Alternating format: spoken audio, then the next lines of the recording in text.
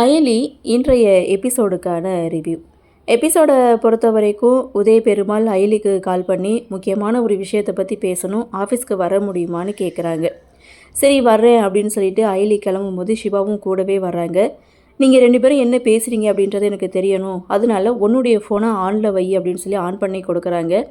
உதய பெருமாள் அயலிக்கிட்ட எல்லா விஷயத்தையுமே சொல்கிறாரு. அதாவது பர்டிகுலராக சிவா மேலே எந்த அளவுக்கு அவர் பாசம் வச்சுருக்கிறாரு அதை மட்டும்தான் அவர் அந்த இடத்துல ஓப்பன் பண்ணி சொல்கிறாரு.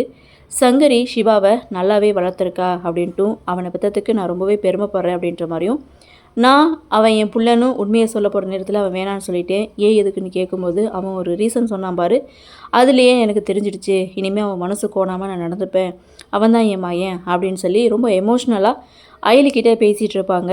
அப்போ தன்னுடைய அப்பா பேசுகிறத கேட்டு சிவா அவரும் எமோஷ்னல் ஆகி இங்கே உதய பெருமாளை பின்னாடி போய் ஹக் பண்ணிக்கிறாங்க. உதய பெருமாள் அந்த இடத்துல இங்கே செல்வநாயகி சொல்ல வந்ததை அயலிக்கிட்ட சொல்கிறதுக்கு முன்னாடியே சிவாவுடைய என்ட்ரி இருக்கும். இதனால் உதய பெருமாள் எதுவுமே சொல்ல மாட்டாங்க. சிவா ஒரு பக்கம் கண் கலங்க, உதய பெருமாள் இன்னொரு பக்கம் கண் கலங்க. ஸோ அந்த இடத்துல உண்மையை சொல்லாமல் உதய பெருமாள் மறைச்சிடுறாரு. அது மட்டும் இல்லை, சிவா சொல்கிறாரு, இனிமேல் உங்கள் மனசு கஷ்டப்படும்படி நான் பேச மாட்டேன், நான் இனிமேல் உங்கள் கூடவே தான் இருப்பேன் அப்படின்னு ஹக் பண்ணி அழுதுட்டு பேசிகிட்டு இருக்காரு. அப்படியே சீனை கட் பண்ணால் காளியப்பன் மோனிகாவை தேடி போயிருக்காங்க. ஏன்னா இந்திராணி பிஸ்னஸ் பண்ண ஹெல்ப் பண்ணலைன்னு சொல்லலை, ஆனால் சொத்து ஃபுல்லாக கபிலன் பேரில் எழுத போகிறேன்னு சொன்னதுனால இனிமே இந்திராணியை நம்பி எந்த ஒரு முடிவும் எடுக்க முடியாதுன்னு சொல்லி அந்த குடும்பத்தில் அவங்க முந்திக்கிறதுக்கு முன்னாடி தான் முந்திக்கிறணும் அப்படின்னு நினச்சி காளியப்பன் மோனிகா கிட்ட உதவி கேட்குறாரு.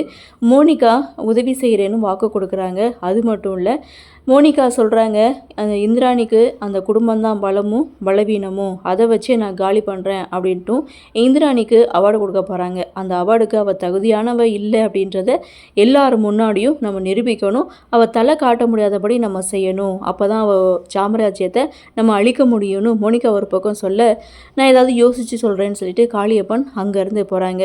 அப்படியே சீனை கட் பண்ணால் அப்பா பேசுனதை நினச்சி அப்படியே தரையில் கால் படாமல் பறந்துட்டு வராரு நம்ம சிவா. ரொம்பவே சந்தோஷப்படுறாரு. அயலி கூட வந்துட்டுருக்காங்க. ஸோ 2 பேரும் பைக்கில் வரும்போது பாவை அண்ட் செலியன் 2 பேரும் எதிர்த்தாப்பில் பைக்கில் வராங்க. அப்போ செலியனை பார்த்து பைக்கை நிறுத்துகிறாங்க. கொஞ்சம் டென்ஷனாக இருந்துச்சு அப்படின்னு செலியன் சொல்லும்போது அந்த இடத்துல அயலி என்னாச்சுன்னு சொல்லி கேட்குறாங்க. அப்போது செலியன் காளியப்பன் சொத்தை பற்றி பேசினதை பற்றி அயலிக்கிட்ட சொல்கிறாங்க. ஒவ்வொரு பிரச்சனையாக கிளப்பிகிட்ருக்காங்க அப்படின்னு சொல்லி பேசிகிட்டு இருக்கும்போது அப்போது காமாட்சின்றவங்க கால் பண்ணுறாங்க. சரி மாம்சு, நீங்கள் வீட்டுக்கு போங்க, மற்ற வீட்டில் பேசிக்கலாம் அப்படின்னு சொல்லிட்டு செலியனை வீட்டுக்கு அனுப்பிட்டு காமாட்சியை மீட் பண்ண வந்திருக்காங்க. காமாட்சி வேறு யாரும் கிடையாது, இவங்க கூட ஒர்க் பண்ணுறவங்க தான். ஸோ இவங்க ஒரு ஸ்பையாக வேலை பார்க்க போகிறாங்க அந்த லாட்ஜில். ஸோ அவங்களுடைய ஹெல்ப் கேட்டு தான் சிவாவும் அயலியும் வர சொல்லியிருப்பாங்க. அவங்களும் ஓகே சொல்லிட்டாங்க. அந்த லாட்ஜில் அவங்க ஒரு ஹெல்ப் கீப்பராக வேலை பார்க்க போகிறாங்க. இருக்கிற எல்லா ரூம்லையும் கேமரா செட் பண்ண போகிறாங்க. அதே சமயம் அகிலனுடைய ரூமில் மைக்கும் செட் பண்ண சொல்கிறாங்க.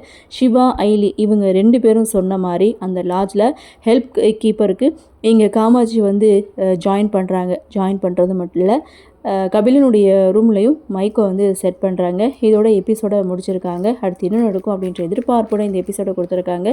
சரி பார்க்கலாம் என்ன நடக்குது, என்ன மாதிரியான சுவாரஸ்யத்தோடு கதைகளை நகர்வை கொண்டு வராங்க அப்படின்றத நாமளும் பொறுத்திருந்து பார்க்கலாம். இன்றைய பகுதி பற்றின உங்களுடைய கருத்தை வழக்கம் போல் கமெண்ட் செக்ஷனில் பதிவு பண்ணுங்கள். இந்த வீடியோ உங்களுக்கு பிடிச்சிருந்தால் லைக் பண்ணுங்கள், ஷேர் பண்ணுங்கள், மறக்காமல் நம்ம சேனலை சப்ஸ்கிரைப் பண்ணிக்கிறீங்கன்னு சொல்லி இந்த வீடியோவிலேருந்து விடைபெறுகிறேன். நன்றி, வணக்கம்.